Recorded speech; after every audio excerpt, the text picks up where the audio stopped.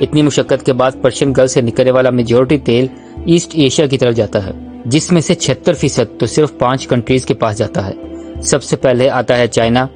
China دنیا کی دوسری سب سے بڑی اکانومی ہے اور دنیا میں سب سے زیادہ پیٹرولیم امپورٹ کرنے والا ملک ہے۔ چائنا کی ٹوٹل پیٹرولیم امپورٹ کا تقریباً 45% اسی اسٹریٹ آف ہارمز سے گزر کر آتا ہے۔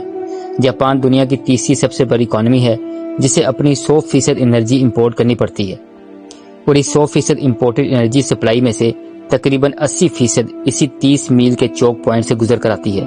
انڈیا ورلڈ 6 لارجسٹ اکانومی بھی اپنا 70% آئل اور 50% گیس انہی پرشین گلف کنٹریز سے امپورٹ کرتا ہے، اور وہ بھی اسی راستے سے۔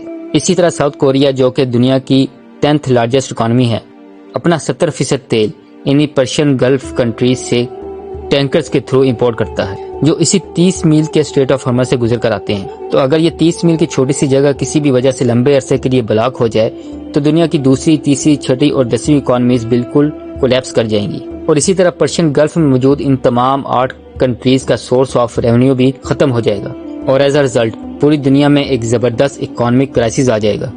اسی لیے یہ دنیا کا سب سے خطرناک اور امپورٹنٹ چوک پوائنٹ ہے، اور اسی لیے دنیا کے سارے سپر پاور کنٹریز کی اس پر کڑی نظر ہوتی ہے۔ امریکہ بھی اسی لیے UAE، عمان، عراق، سعودی عرب اور بحرین میں درجنوں ملٹری بیسز بنائے ہوئے ہیں، تاکہ وہ ایران پر نظر رکھ سکے اور آئل کی اسموتھ سپلائی کو یقینی بنا سکے۔